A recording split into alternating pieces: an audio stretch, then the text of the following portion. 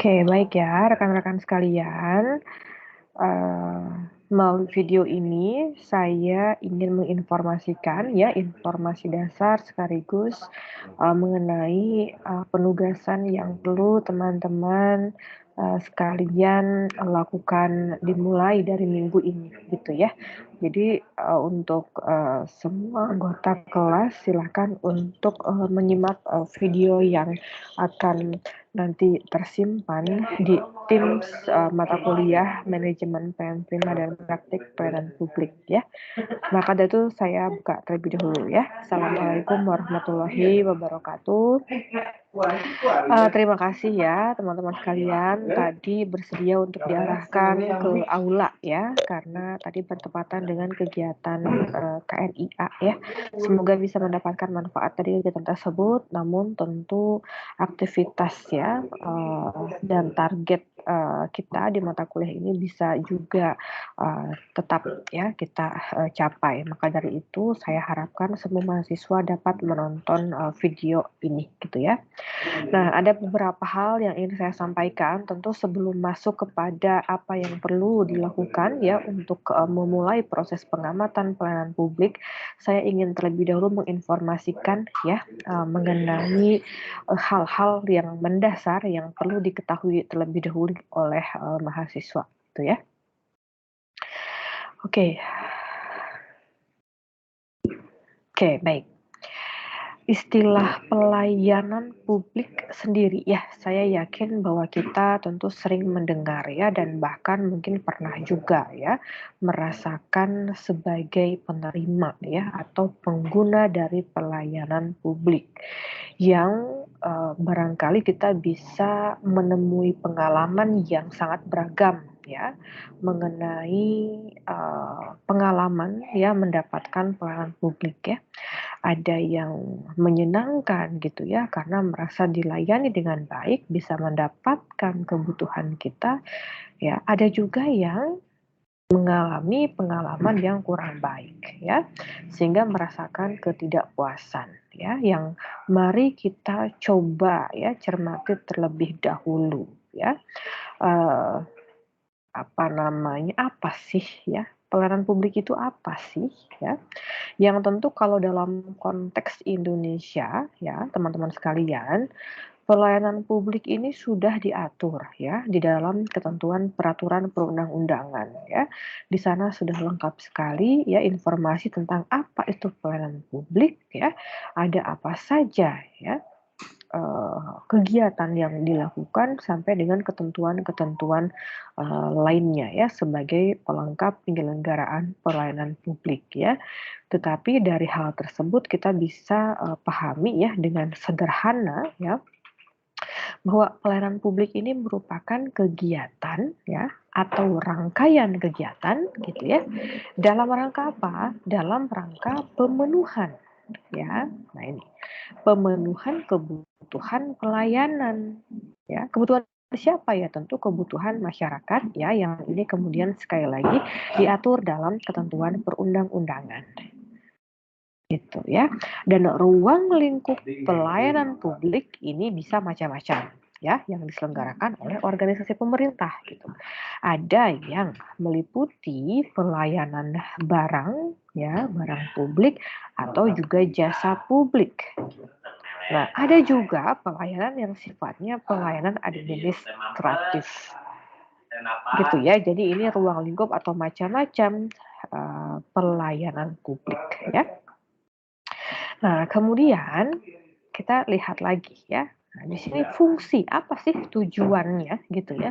Kenapa perlu ada pelayanan publik? Ya, tentu kita hidup bersama dalam ruang publik, maka ada ya kepentingan-kepentingan yang memang dibutuhkan ya oleh publik. Maka dari itu perlu ya penanganan yang baik dari pemerintah, salah satunya adalah melalui pelayanan publik gitu ya. Dan tentu ya dalam menjalankan pelayanan publik, organisasi pemerintah ini punya kewajiban gitu ya untuk menyelenggarakannya dengan berkualitas, karena sejatinya pelayanan publik ini menjadi hak ya, hak dari masyarakat, hak dari publik untuk mendapatkannya dengan baik, dengan berkualitas ya, bahkan dengan kriteria-kriteria lain yang tentu ya menggambarkan pelayanan yang prima seperti mudah ya, cepat, murah, tepat waktu dan lain sebagainya gitu ya. Dan teman-teman sekalian, kalau kita berbicara tentang pelayanan publik, maka sebenarnya kita sedang membicarakan 3 hal, gitu ya.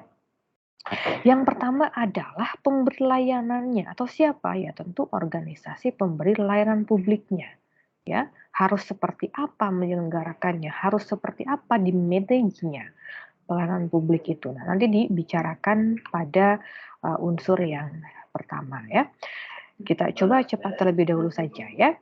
Nah, kemudian ada unsur yang kedua, yaitu pengguna layanannya siapa? Ya tentu ya publik, masyarakat, orang, atau bahkan juga organisasi-organisasi di luar pemerintahan ya, yang itu juga berkepentingan, yang itu perlu juga dilayani oleh pelayanan publik ya. Nah, adanya pengguna layanan di sini sebagai salah satu unsur penting di dalam pelayanan ini menjadi salah satu sinyal ya bahwa pengguna layanan ini perlu diperhatikan gitu ya. Apa kebutuhannya ya, kepentingannya sehingga idealnya kepentingan publik itu yang mampu merespon permasalahan, mampu merespon kebutuhan pengguna layanan kan gitu ya. Jadi tidak sembarangan kita tiba-tiba menyelenggarakan pelayanan publik tanpa mengetahui kira-kira apa kebutuhan dari masyarakat tersebut ya.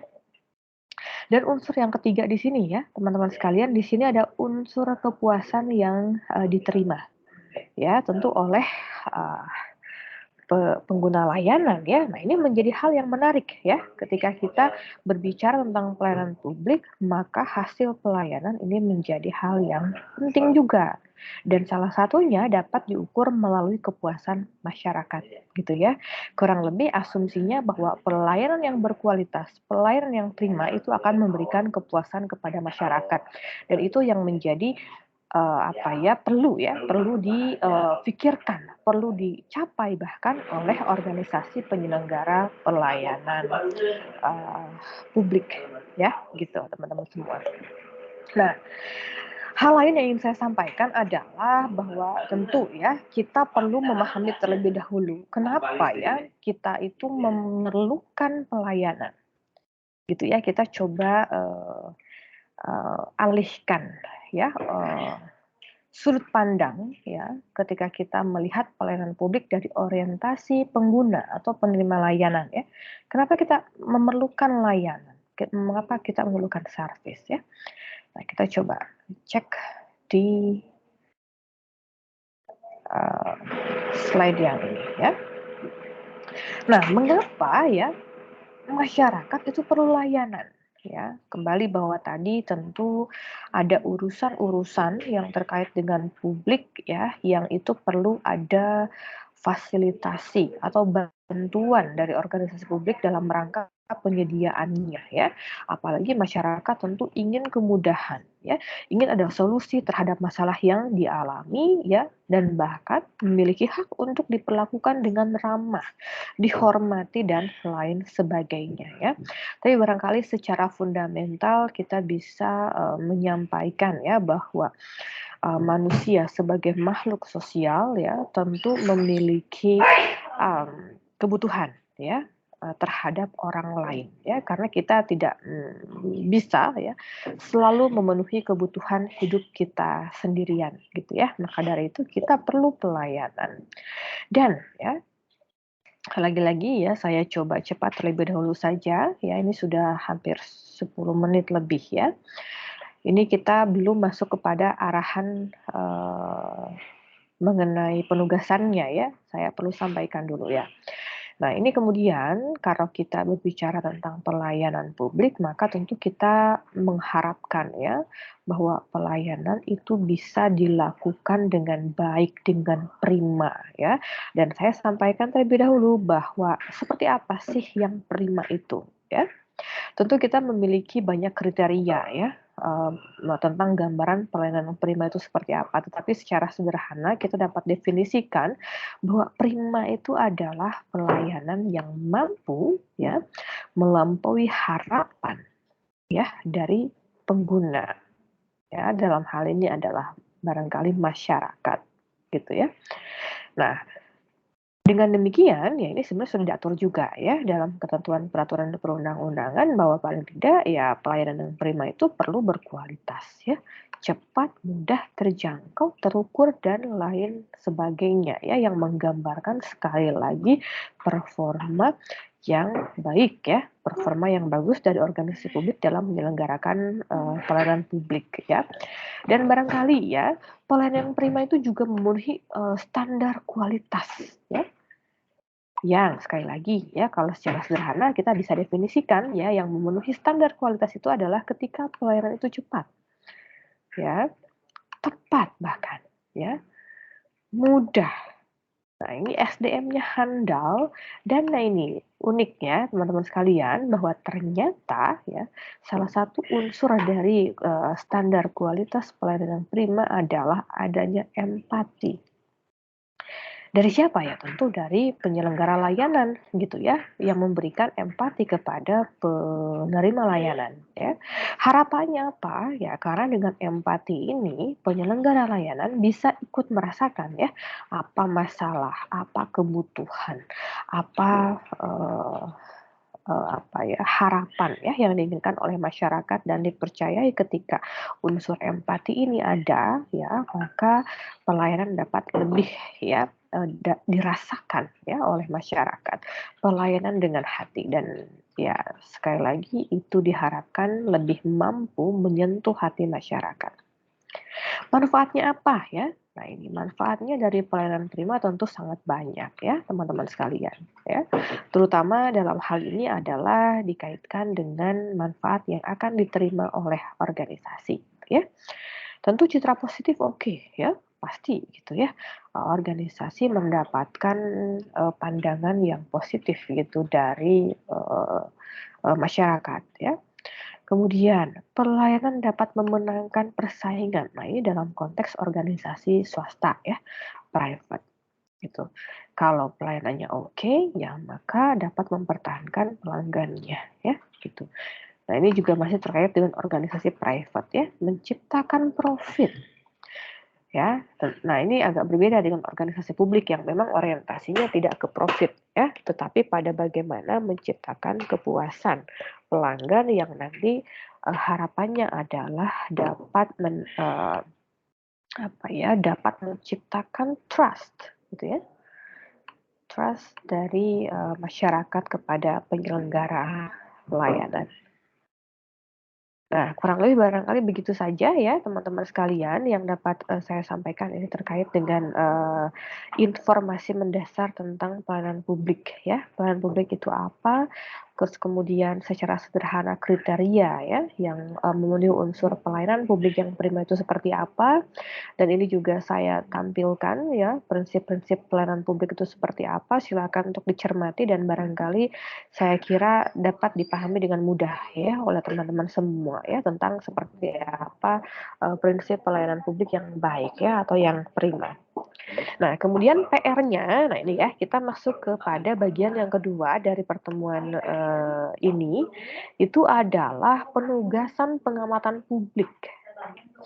Pengamatan pelayanan publik yang nanti akan teman-teman semua lakukan secara baik luring maupun daring ya,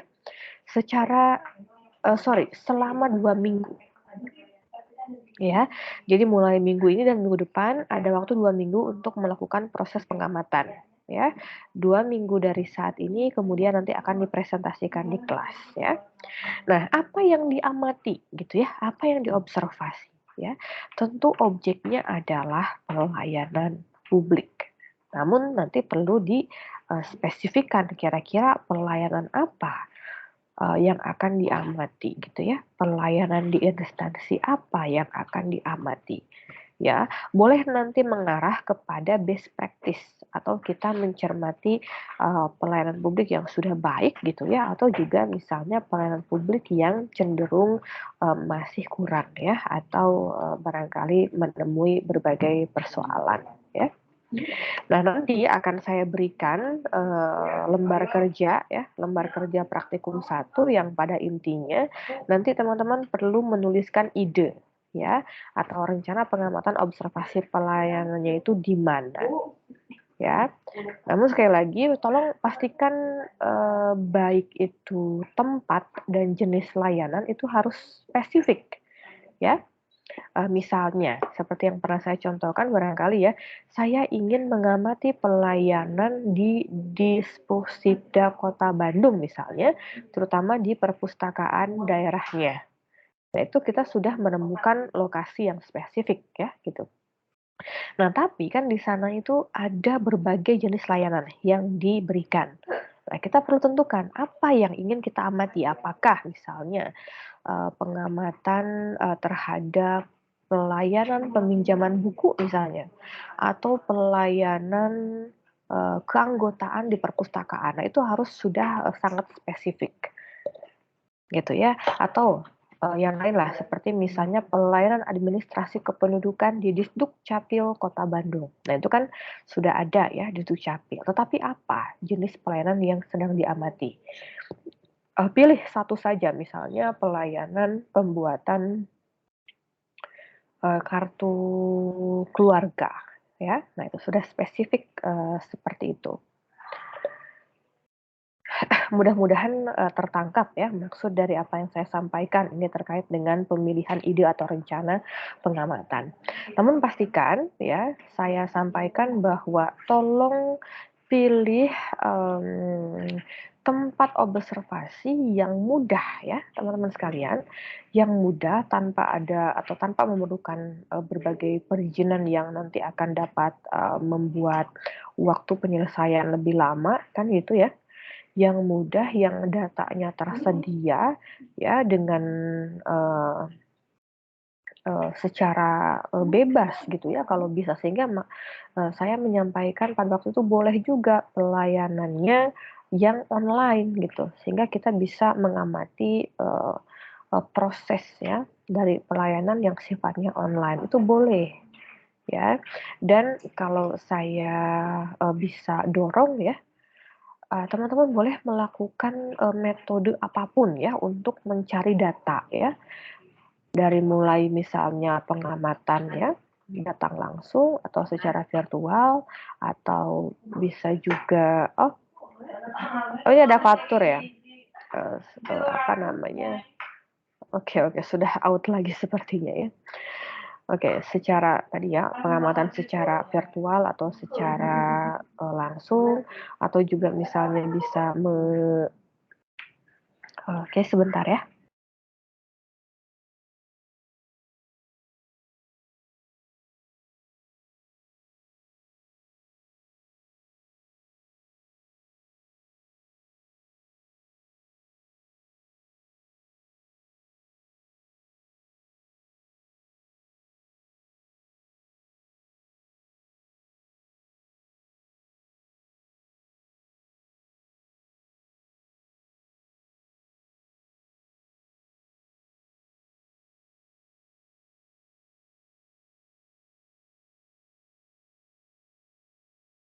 Oke ya, kembali ya.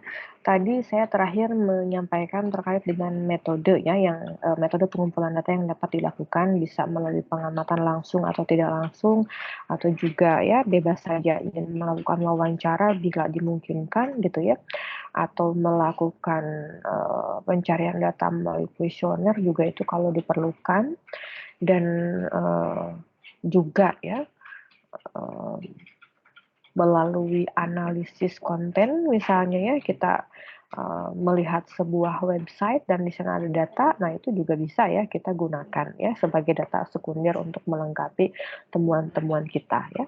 Tetapi begini sajalah, simpelnya ya, penugasan ini adalah dalam rangka mengasah kemampuan teman-teman sekalian dalam mengamati pelayanan publik dan menemukan permasalahan yang ada di dalamnya. ya, perlu dapat kira-kira membandingkan ya kenyataan yang ada ya di lapangan ya. Nah, nanti teman-teman bisa bandingkan dengan idealnya seperti apa ya. Tentu kalau menemukan sesuatu yang dirasa tidak ideal ya, nah itu teman-teman tolong bisa tuliskan dan buktikan ya. Nah, ini juga penting berarti bahwa ketika pengamatan tolong itu berbasis bukti ya. Jangan lupa ya, ketika mengumpulkan data, bukti-buktinya disimpan untuk nanti dituliskan di laporan pengamatan gitu ya. Nah, apa saja sih yang bisa diamati ya di dalam pelayanan tersebut? Nah, ini juga bebas ya, tergantung teman-teman nanti tertariknya kepada hal apanya gitu ya. Nah, di sini beberapa isu yang barangkali bisa menjadi inspirasi saja ya. Contohnya di sini misalnya ada inovasi pelayanan ya. Cermati, wah ini pelayanan di salah satu instansi pemerintah ini mengandung unsur inovasi. Nah, kita cek gitu ya, seperti apa manfaatnya, seperti apa prosedurnya, dan kemudahan-kemudahan yang bisa ditawarkan ya gitu. Atau misalnya terkait dengan pelayanan online ya. Nah, kita bisa nanti amati ya, kira-kira kalau online itu bisa lebih mudah atau tidak, karena kan sebenarnya pelayanan online itu harapannya dapat mempermudah. Tapi kadang-kadang kan ada pelayanan online yang justru tambah ribet gitu ya. Nah, nanti saya harapkan sih bisa bisa tergali ya pemikiran kritisnya untuk mencermati kira-kira apa yang menjadi masalah atau apa yang menjadi kekurangan dalam pelaksanaan pelayanan publik tersebut ya. Nah, yang terakhir di sini adalah untuk format laporan observasi atau pengamatannya ya, yang nanti ini akan dikumpulkan ketika UTS ya. Simpel saja sistematika yang nanti akan teman-teman buat ya. Yang pertama bab 1 ini teman-teman nanti menuliskan profil lembaganya atau instansinya. Gitu ya. Yang kedua, ini catatan observasinya, temuan-temuannya apa saja. Ya, kalau bisa di sini ada data-datanya. Dan yang ketiga, nah ini perlu dianalisis gitu ya. Kalau mendapatkan data atau fenomena tersebut, nah itu tentu perlu dianalisis, itu kenapa ya kira-kira bisa begitu, gitu ya kurang lebih. Dan tentu yang terakhir adalah bab 4, di sini ada kesimpulan dan saran. Ya, kalau menemukan permasalahan, nah kira-kira seperti apa saran yang bisa kita sampaikan. Ya, dan terakhir di sini adalah tolong nanti di halaman terakhir itu juga mencantumkan informasi tentang deskripsi pembagian tugasnya ya. Jadi siapa yang mengerjakan apa? Ya, karena kan ini tugasnya berkelompok ya, jadi saya perlu informasi tentang pembagian tugasnya seperti apa. Nah, kurang lebih begitu ya teman-teman sekalian. Ini tolong kalau ada yang misalnya belum dipahami dengan baik atau ada kebingungan, itu tolong chat di bawah video ini ya, agar nanti saya bisa memberikan jawaban dan penjelasan yang lebih jelas barangkali ya, agar nanti kita bisa dengan tepat ya mengerjakan penugasan ini. Gitu ya. Demikian teman-teman sekalian, tolong sekali lagi mulai ditentukan ya objek pengamatannya ya, pelayanannya di mana dan apa. Oke, gitu ya. Demikian yang dapat saya sampaikan. Terima kasih. Assalamualaikum warahmatullahi wabarakatuh.